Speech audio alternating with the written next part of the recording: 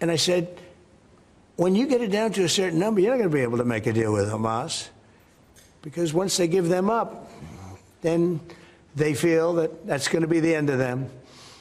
গাজায় হামাসের সঙ্গে যুদ্ধবিরতি ও জিম্মিদের বিনিময়ের আলোচনা থেকে ইসরায়েল সরে আসার পর মার্কিন প্রেসিডেন্ট ডোনাল্ড ট্রাম্প বলেছেন, গাজা পরিস্থিতি নিয়ে পরবর্তী পদক্ষেপ সম্পর্কে সিদ্ধান্ত নিতে হবে ইসরায়েলকেই।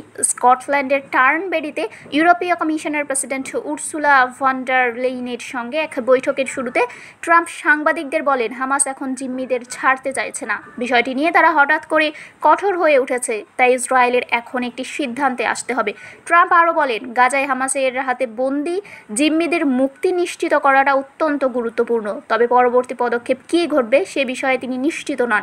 এই মন্তব্যের মাধ্যমে ট্রাম্প ইঙ্গিত দিলেন যে ইসরায়েলকে হয়তো কঠোর সামরিক সিদ্ধান্ত নিতে হতে পারে যদি কূটনৈতিক আলোচনার পথ কার্যকর না হয়। এদিকে গাজায় চলমান সংঘাতের মধ্যে কিছু বিরতির সুযোগ কাজে লাগিয়ে জরুরি খাদ্য সহায়তা পৌঁছে দেওয়ার আহ্বান জানিয়েছে জাতিসংঘের বিশ্ব খাদ্য কর্মসূচি। সংস্থাটির নির্বাহী পরিচালক সিন্ডি ম্যাককেইন রোববার এক বিবৃতিতে বলেন, এখনই পদক্ষেপ নেওয়ার সময়।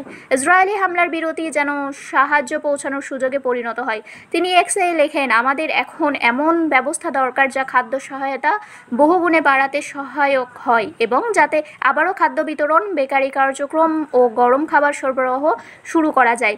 ম্যাককেইন আরও জানান, বিশ্ব খাদ্য কর্মসূচির দল ইতোমধ্যে গাজার ভেতরে অবস্থান করছে এবং আমাদের কাছে পর্যাপ্ত খাদ্য মজুদ আছে, যা পুরো গাজা উপত্যকার বিপদাপন্ন মানুষের কাছে পৌঁছে দেওয়া সম্ভব। গাজায় চলমান সংকট আরও গভীরতর হচ্ছে। এদিকে বন্দি মুক্তির দাবি, অন্যদিকে মানবিক সহায়তার তীব্র চাহিদা। এই দুই চাপের মধ্যে ইসরায়েলকে কঠিন সিদ্ধান্ত নিতে হতে পারে বলে ধারণা করা হচ্ছে। শারমিন শিমু, বরেন্দ্র টেলিভিশন।